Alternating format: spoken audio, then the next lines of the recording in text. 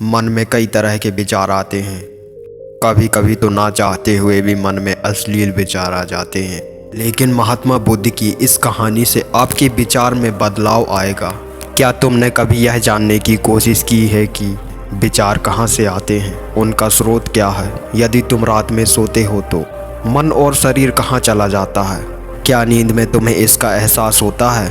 तो फिर सुबह उठते ही ये विचार कहाँ से चले आते हैं? दोस्तों, एक गुजराती कहावत है, जेबो जेनो खुराक एबो एनो विचार। मतलब कि इंसान का खुराक और रहन सहन, माहौल और संस्कार के आधार पर उसका दिमाग काम करता है और शायद विचार भी उसके हिसाब से पनपते हैं। मनुष्य का मन बहुत ही चंचल होता है और इसलिए मन में कई तरह के विचार उत्पन्न होते हैं। क्षण भर में ही व्यक्ति का मन कई तरह के विचार सोचने लगता है। इसलिए तो कहा जाता है कि मन को काबू करना आसान नहीं है। लेकिन गौतम बुद्ध मन को नियंत्रण करने के आयामों के बारे में भी बात कर चुके हैं। मन में विचार आना गलत नहीं है, लेकिन मुश्किल तब हो जाती है या विचार ऐसी परिस्थिति में गलत हो जाते हैं जब मन में अश्लील विचार आते हैं। कभी कभी तो ना चाहने के बावजूद भी मन में अश्लील विचार आते हैं। अगर आपके मन में भी ऐसे विचार आते हैं तो गौतम बुद्ध की इस कहानी से आपके विचारों में ज़रूर बदलाव आएगा। गौतम बुद्ध अपने भिक्षुओं को उपदेश देने के साथ ही उन्हें भिक्षा पट के लिए भी भेजते थे। एक बार उन्होंने अपने भिक्षु भरत को भिक्षा लेने के लिए एक श्राविका के घर में भेजा। भरत पूरे रास्ते मन में यह सोचते हुए श्राविका के पास गया कि आखिर आज भिक्षा में क्या भोजन खाने को मिलेगा, क्योंकि भरत चंद्रू वंश के राजकुमार थे और बुद्ध के सानिध्य भिक्षु के रूप में दीक्षित हुए थे। हमेशा भरत को महल में खाने के लिए स्वादिष्ट पकवान मिलते थे, लेकिन आज भिक्षा के रूप में उसे जो भी मिलेगा संतुष्ट होना पड़ेगा। श्राविका के घर पहुंचकर भरत ने भिक्षा मांगी। श्राविका ने भरत को बैठने के लिए कहा और भोजन लाने के लिए घर के भीतर चली गई।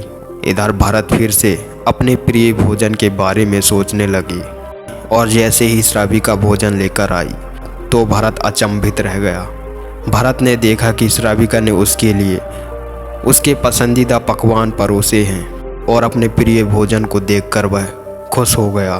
भोजन ग्रहण करते हुए भी भरत सोच रहे थे कि महल में तो उसे भोजन करने के बाद विश्राम करने की आदत है, लेकिन आज उन्हें भोजन के बाद वापस तेज धूप में चलकर आश्रम जाना होगा। लेकिन भोजन के बाद श्राविका ने भरत को कुछ समय के लिए विश्राम करने का आग्रह किया। भरत फिर से खुश हुआ कि आखिर आज उसके मन की सारी इच्छाएं कैसी पूरी हो रही हैं। इसके बाद भरत कुछ देर के लिए विश्राम करने लगे, लेकिन विश्राम करते हुए भी लेटे लेटे वह सोचने लगे कि आज तो मुझे भोजन के बाद विश्राम करने को मिल गया, लेकिन ऐसा रोज रोज नहीं होगा। जब भरत विश्राम के बाद उठे तो श्राविका ने कहा कि आप जब तक चाहें यहाँ ठहर सकते हैं। भरत समझ गया कि ये कोई संयोग नहीं हो सकता। उन्होंने श्राविका से कहा कि मुझे क्षमा कीजिए, क्या आप मेरा मन पढ़ सकती हैं? श्राविका ने हाँ में उत्तर दिया और कहा कि हाँ, मैं मन पढ़ सकती हूँ। शुरू में यह कठिन था, लेकिन फिर मैंने स्वयं के मन विचारों को देखना शुरू किया। पहले मेरे विचारों की संख्या अनगिनत हुई करती थी। इसके बाद मैंने विचारों पर ध्यान केंद्रित किया, बिना पक्ष विपक्ष के अपने विचारों को देखने लगी। इस तरह से धीरे धीरे मेरे मन में विचारों की संख्या कम होती गई और सारे व्यर्थ विचार दूर हो गए। इसके बाद से ही मैं दूसरों के मन में चल रहे विचार को पढ़ लेती हूँ। हालांकि श्राविका की बात सुनकर भरत घबरा गया। इसके बाद भरत ने श्राविका से आज्ञा ली और आश्रम के लिए निकल पड़े। रास्ते में भी भरत फिर से मन में आए विचारों का स्मरण करने लगे कि श्राविका के बारे में उसके मन में अश्लील विचार भी आए थे। श्राविका ने उसे भी जान लिया होगा, वह मेरे बारे में क्या सोचती होगी। भरत खुद को लज्जित महसूस कर रहे थे। भरत ने आश्रम पहुंचकर गौतम बुद्ध से कहा कि अब मैं कभी भिक्षा पट के लिए नहीं जाऊंगा।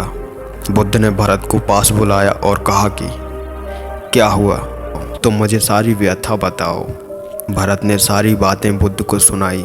इसके बाद बुद्ध ने कहा कि अगले 1 हफ्ते तक तुम भिक्षा पट के लिए उसी श्राविका के घर पर जाओगे, लेकिन तुम्हें इस बात का ध्यान रखना होगा कि कल भिक्षा पट के लिए जाते हुए तुम अपने चित्त को पूरे होश में रखना। तुम्हारे भीतर क्या विचार उठे उन पर ध्यान केंद्रित करना, और यह भी ध्यान रखना कि तुम्हारे मन में कौन सी वासना उठ रही है।